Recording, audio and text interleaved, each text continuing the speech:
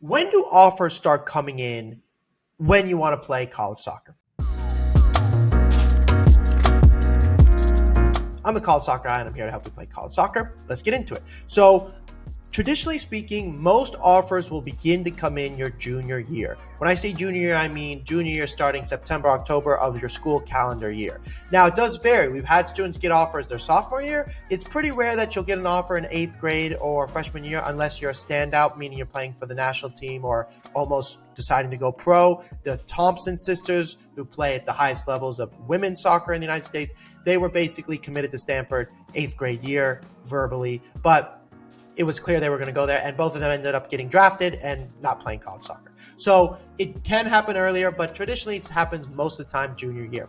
Now, if you're not getting an offer junior year, it does not mean it's at the end, but for all of my students, and I primarily only work with eighth graders, freshmen, and sophomores and juniors, I expect them to be getting offers their junior year because I'd like them to have multiple options once it comes down to decide what they have to do. And you have to decide around August of your junior year going into your senior year until December. After that, there are always exceptions, but then it gets a little bit dicey and a little bit more complicated. So what I'd like to do is I'm actually going to share with you a video of me talking with a junior. This is their spring semester as a junior, and they've gotten an offer from a college. Now, the offer wasn't clear. It wasn't, hey, here's an offer, we want you on the team. So it's my interpretation, which is to say the coach basically said, they got to train with the Division II school, which is awesome. And the coach said, we really see you fitting into our program. Now, it's not an offer, and the coach doesn't want to make an offer because they know the student isn't ready to commit yet, and they don't want to be told no. So the coach is basically saying, look, why don't you go do some research on your own?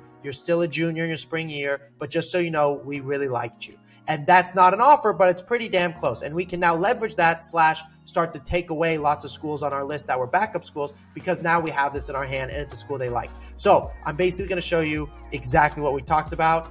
Let's watch it together.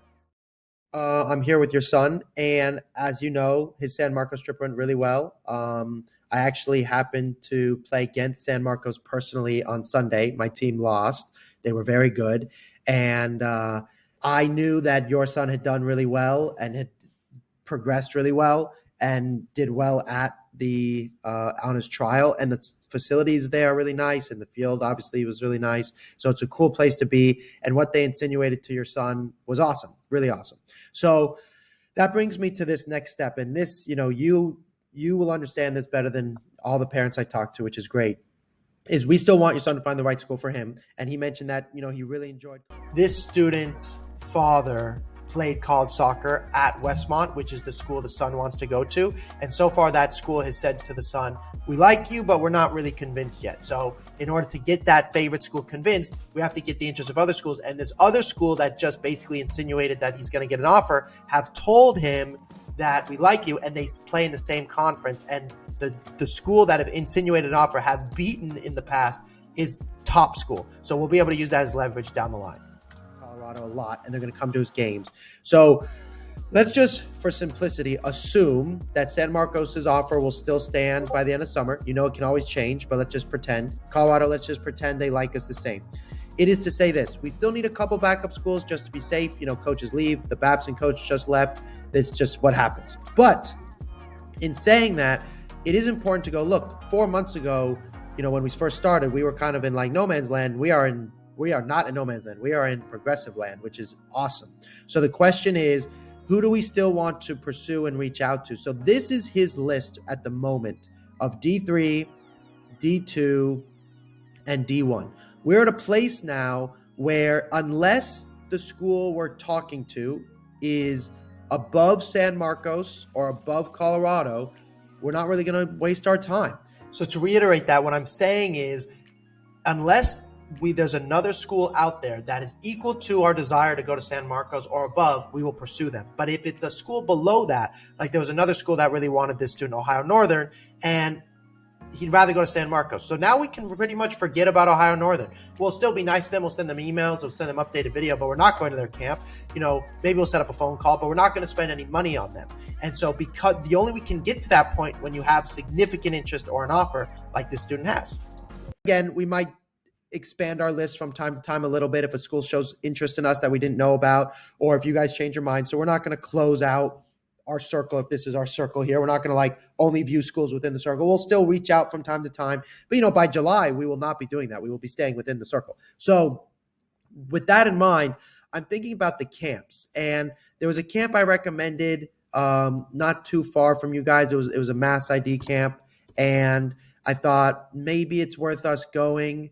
But now I'm thinking about it and I go, are there really that many schools that were super interested that are at this camp? And, there's some big D1 schools. And this is a point where, given the interest we have, we can look into this. So, for example, like Tufts is a really good D3 program. Academically, it's a bit of a reach, but here's. So I go on to say that because he's got D2 interest, we can now go for D1 schools without risking him not playing college soccer. And the D1 schools will be much more likely to respond because we can say, look, I've already got D2 interest. And this player has a 3.5 GPA, which is like average. And they're a very athletic, tall kid as a junior. They're playing ECNL. And it doesn't just mean you get an offer because you're that level or that big. You still have to do the recruiting process. But because we're being so proactive and it's in the springtime, now Division One is very realistic for the student because of leverage. And when I first started with them and I saw his video, I said, look, I think you're a D2, D3 player as of today, but if we get interest, we can move up to D1. And that's where we're heading now. And so the answer to the question is the offers start to come in kind of spring of junior year. If you're doing the recruiting process probably as best as you possibly could, barring a few exceptions who are like the elite level players. But even the other players, and if you've seen my other videos where we talked to the UCLA and the Georgetown kids, it happened. Their offers were coming in the spring of their junior year.